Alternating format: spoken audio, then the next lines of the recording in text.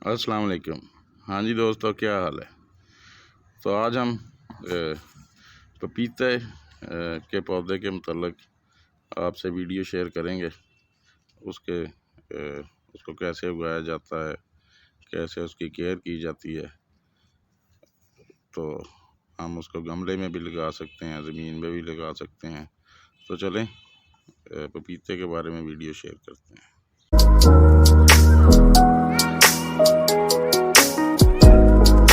तो चलें जी, ये हमारे पास 3 पौधे हैं पपीते के। एक वाला ये पहला जो आप देख रहे हैं, ये 24 इंच के मिट्टी के गमले में लगा हुआ है। और ये है, ये ज़मीन में लगा हुआ है। और एक इधर है, ये भी ज़मीन में लगा हुआ है। तो चलें अब देखते हैं ये किस मौसम में लगाया जा सकता है। ये गमले में लगाया जा सकता है या नहीं लगाया जा सकता। ये पौधा कितना फल दे सकता है। इसको हम छत पर लगा सकते हैं या टेरेस पर लगाया जा सकता है। इसे खाद कौन सी चाहिए, इसको मिट्टी कैसी चाहिए, इसकी बीमारियां कौन सी हैं, इसकी केयर कैसे करते हैं, ये कितनी देर में फल पर आ जाता है। तो पहले देखते हैं कि इसको हम ग्रो कैसे कर सकते हैं। तो इसको कटिंग से ग्रो नहीं किया जा सकता, इसको हम बीज से ही ग्रो करते हैं। अब ये वाले हाइब्रिड पपीते हैं तीनों। तो पहले होता था उसमें मेल और फीमेल का चक्कर होता था। वो पपीते इतने मज़ेदार भी नहीं होते थे और वो हमें 2 पौधे लगाने पड़ते थे। ये अकेला ही, क्योंकि ये हाइब्रिड है, ये अकेला ही आप एक ही लगा लें तो वो ऐसे ही फल उठाता है। इसके आजकल बहुत ज़्यादा कुछ सालों से, जब से ये डेंगू और कोरोना आया था, उस वक्त से इसके बहुत ज़्यादा हेल्थ बेनिफिट हैं। ये डेंगू के दिनों में भी इस्तेमाल करवाते हैं डॉक्टर। इसके पत्तों का जूस निकाल कर भी पिलाते हैं और पानी की कमी को मरीज़ की पूरा करते हैं। तो इस वजह से इस पौधे ने बहुत ज़्यादा अहमियत इख्तियार कर लिया। वैसे भी ये पौधा शुगर के मरीज़ों के लिए बहुत फ़ायदेमंद है, ब्लड प्रेशर के मरीज़ों के लिए, गुर्दे के मरीज़ों के लिए, मैदे की बहुत सारी बीमारियों का इसमें इलाज है। ये कब्ज़ को भी दूर करता है। तो इस वजह से इस पौधे ने आजकल बहुत अहमियत इख्तियार कर ली है। तो वैसे भी ये खरबूजे की तरह और आम की तरह मीठा होता है, बल्कि जब से ये हाइब्रिड पपीता शुरू हुआ था, ये बहुत ज़्यादा पसंद किया जाता है खाने के हिसाब से। तो चलें देखते हैं कि इसको किस तरह से उगाया जा सकता है। तो इसको बीज से ही उगाते हैं। इसकी पनीरी लगाई जाती है और जब पनीरी 1-1.5 महीने की हो जाती है तो उसको ज़मीन या गमले में आप शिफ्ट कर सकते हैं।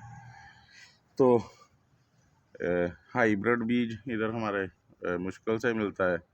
अगर आप पनीरी लगाना चाहें तो आप बीज लेकर उसको 1 रात पानी में भिगो दें और उसे अपना कोकोपीट, वर्मी कंपोस्ट और साइल मिट्टी लेकर बराबर मकदार में, तो उसमें आप इसकी पनीरी उगा सकते हैं। एक बीज, एक कोई छोटा सा पॉट ले लें 4 इंच का, वो कुछ पॉट्स में उसको लगा दें तो वो कुछ ही दिनों में 8-10 दिन में स्प्राउट कर जाता है।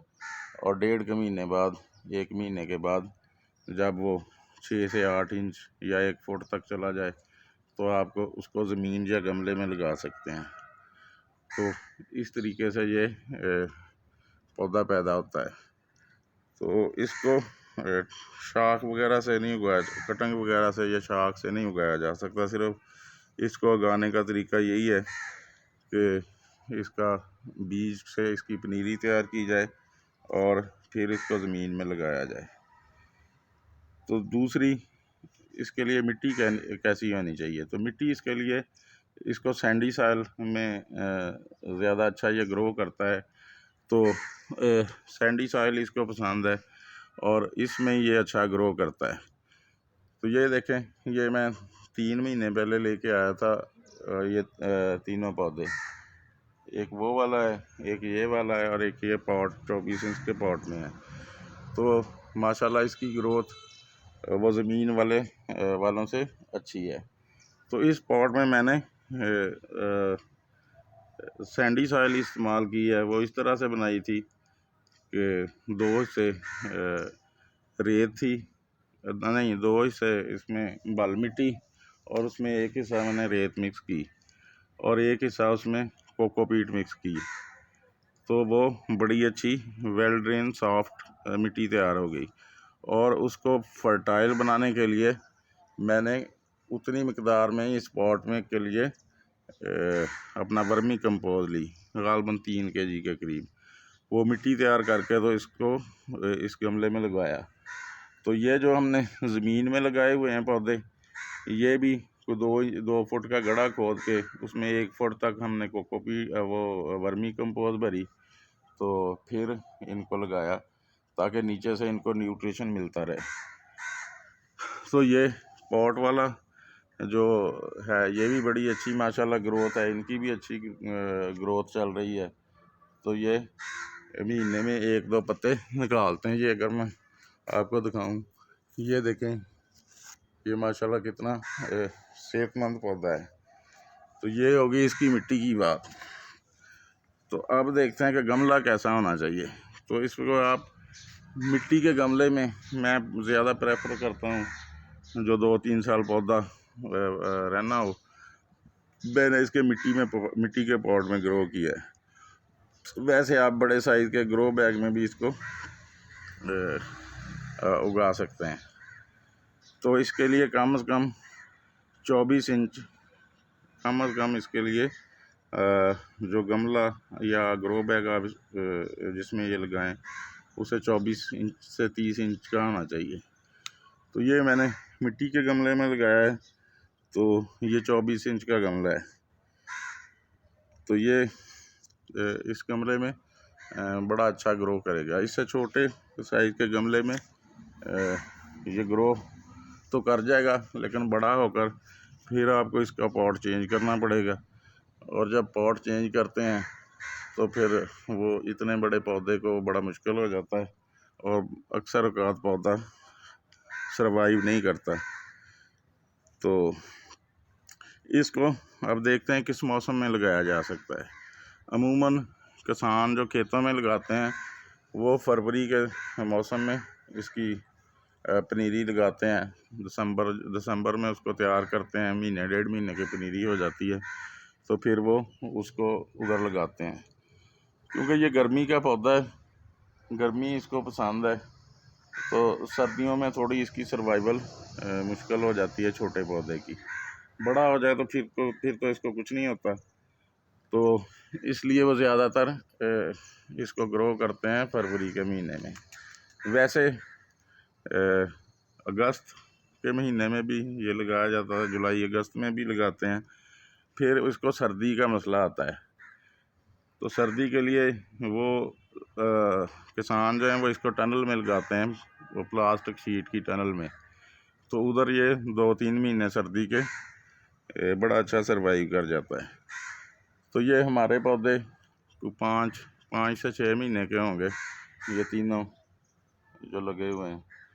तो इनके लिए भी हम कुछ सर्दी का इंतज़ाम करेंगे, कुछ स्टिक वगैरह लगा के इनके ऊपर ट्रांसपेरेंट शापर डालेंगे ताकि ये सर्दी से बच सकें। क्योंकि जो दिसंबर जनवरी की सर्दी ऊपर से पड़ती है तो ये बड़ा नरम नाजुक से इसके पत्ते होते हैं। तो बाज़ औक़ात ये उतनी सर्दी बर्दाश्त नहीं कर सकता। तो इसलिए इसकी सर्दियों में ये वाली केयर करनी पड़ेगी। तो बेहतर यही है कि इसको फरवरी में लगाया जाए तो वो ज़्यादा बेहतर रहता है। तो चलें, ये हो गई ये इसके मौसमों की बात हो गई। अब देखते हैं कि इसके लिए खाद कौन सी हमें ज़रूरी होगी। तो वैसे तो ऑर्गेनिक खाद ही सबसे बेहतर है। ऑर्गेनिक खाद अगर हम इस्तेमाल करते हैं तो बीमारियां इसके जो आप ऊपर आनी होती हैं, उनके आने के 80-90% चांस वैसे ही कम हो जाते हैं, क्योंकि वो नेचुरली काम करती है और ये नेचुरली ग्रो करता है। क्योंकि जो केमिकल खाते हैं, एक तो वो पॉट की मिट्टी को भी ख़राब करती हैं, तो वक्त के साथ साथ पौधे की लाइफ कम हो जाती है। वैसे भी वो वक्ती तौर पर पौधे को ग्रोथ करवाती हैं, इसी वजह से पौधा जो है वो बीमारियों का मुकाबला नहीं करता। तो मैं तो इनको तीनों पौधों को नेचुरली ग्रो कर रहा हूँ। तो इनमें भी मैं वर्मी कंपोज ही डालता हूँ या गोबर की खाद इस्तेमाल करता हूँ, लेकिन गोबर की खाद फुली डिकम्पोज होनी चाहिए, कम से कम साल से ऊपर पुरानी हो, उसका कलर डार्क ब्राउन रंग का होना चाहिए, तो फिर आप वो भी इस्तेमाल कर सकते हैं। तो अगर आपने केमिकल खाद इस्तेमाल करनी है तो वो आप NPK इस्तेमाल कर सकते हैं, जिसमें N, P और K बराबर मकदार में हो, जैसे 21-21-21, 19-19-19। तो इसको वो वाली खाद ठीक रहेगी।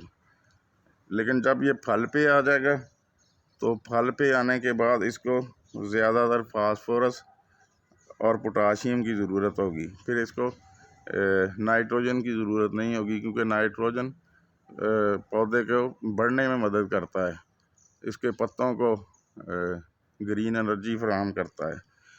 तो लेकिन जो नेचुरल खाद है वो वक्त के साथ साथ आहिस्ता आहिस्ता इसको थोड़ी थोड़ी ताकत देती रहती है।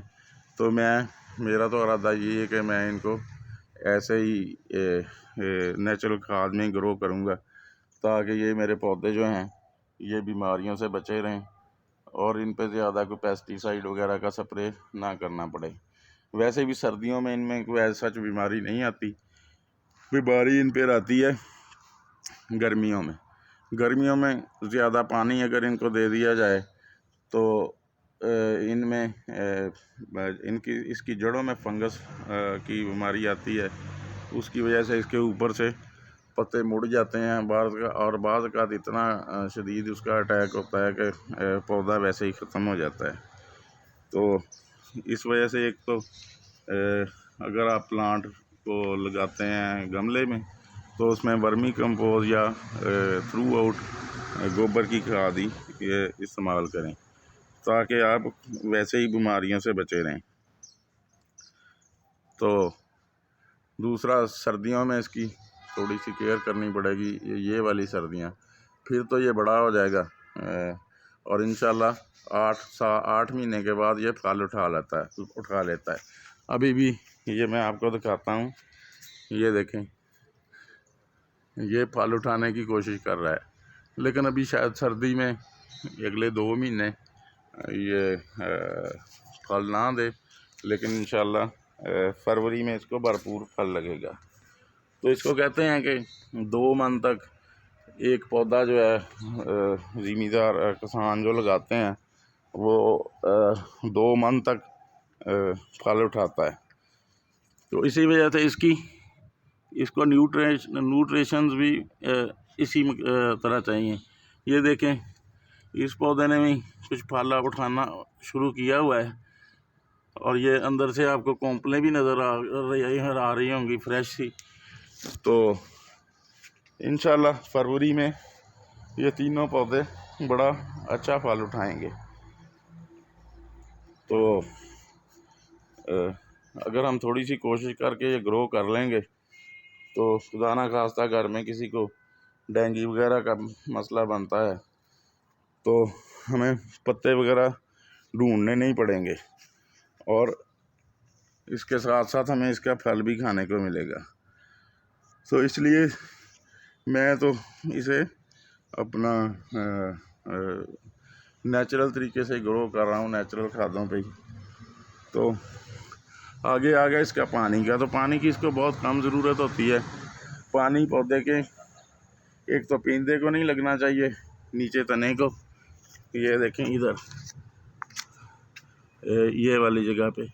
तो इसीलिए हमने ये जो ज़मीन में लगे हुए हैं इनके साथ 1 फुट गहरा खड्डा निकाला हुआ है। तो हम हफ्ते के बाद या 10 दिन के बाद इस खड्डे को भर देते हैं पानी से, तो फिर वो 10-12 दिन निकाल जाता है। तो ये जो गमले में लगा हुआ है, इसको भी हम हफ्ते 10 दिन के बाद ही पानी देते हैं। तो जब हफ्ते 10 दिन के बाद अच्छी तरह खुश्क हो जाता है, ऊपर की मिट्टी थोड़ी थोड़ी खुश्क हो जाती है, तो फिर हम इसको पानी देते हैं। हल्की सी इसकी ऊपर का 1 इंच गुडाई करके, तो फिर इसको पानी देते हैं। तो कहते हैं कि इसकी उम्र 5 साल तक होती है। पहले 2 साल ये भरपूर फल देता है, क्योंकि पहले 2 साल में इसका जो कद है वो 8 फुट तक, पहले साल में 8 फुट तक चला जाता है। तो 8 फुट तक ये फल उठाता है। अगले साल इसका कद 8 से 14 फीट तक हो जाता है। तो फिर वो 8 फुट से ऊपर जाके फल उठा, क्योंकि जिस जगह से एक दफ़ा ये फल उठा लेता है दोबारा नहीं उठाता। वो जो नई कोंपलें निकलती हैं उनके साथ साथ ही इसका फल लगता है। तो इसकी उम्र 5 साल तक होती है। तो ज़मींदार लोग जो हैं, ये किसान जो लगाते हैं बागात इसके, वो 2 साल के बाद पौधों को ख़त्म कर देते हैं और नए पौधे लगा लेते हैं, क्योंकि एक तो ऊपर से फल उतारना मुश्किल होता है उनके लिए, तो दूसरा फिर आहिस्ता आहिस्ता फल लगना कम हो जाता है। पहले 2 साल ही भरपूर इसको फल लगता है, तो तीसरे साल वो नया बाग तैयार कर लेते हैं, क्योंकि 6, 7, 8 महीने में ये पौधा या फ्रूटिंग पे आ जाता है। तो वो इसलिए नया बाग ही लगाते हैं, क्योंकि पहले पुराने बाग पे एक तो फल बहुत ऊंचा होता है और बहुत कम क्वांटिटी में लगता है, और दूसरा इसको फिर न्यूट्रिशन की, खादों वगैरह की ज़्यादा ज़रूरत होती है। और जब 14-15 फुट पौधा ऊंचा चला जाता है, उसको स्प्रे वगैरह करना भी मुश्किल हो जाता है। तो ये थी मोटी मोटी इसके बारे में इंफॉर्मेशन।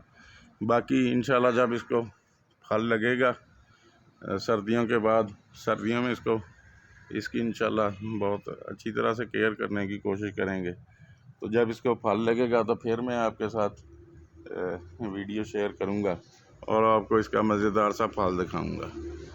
तो चलें जी, आज के लिए इतना ही। फिर किसी नई वीडियो में किसी नई टॉपिक के साथ किसी इंफॉर्मेटिव वीडियो पर आपसे बात होगी। तो चलें, हमारे चैनल को सब्सक्राइब करें, हमारी वीडियो को लाइक एंड दोस्तों के साथ शेयर करें, ताकि आपको और उनको अच्छी अच्छी इंफॉर्मेटिव वीडियोस देखने को मिलें।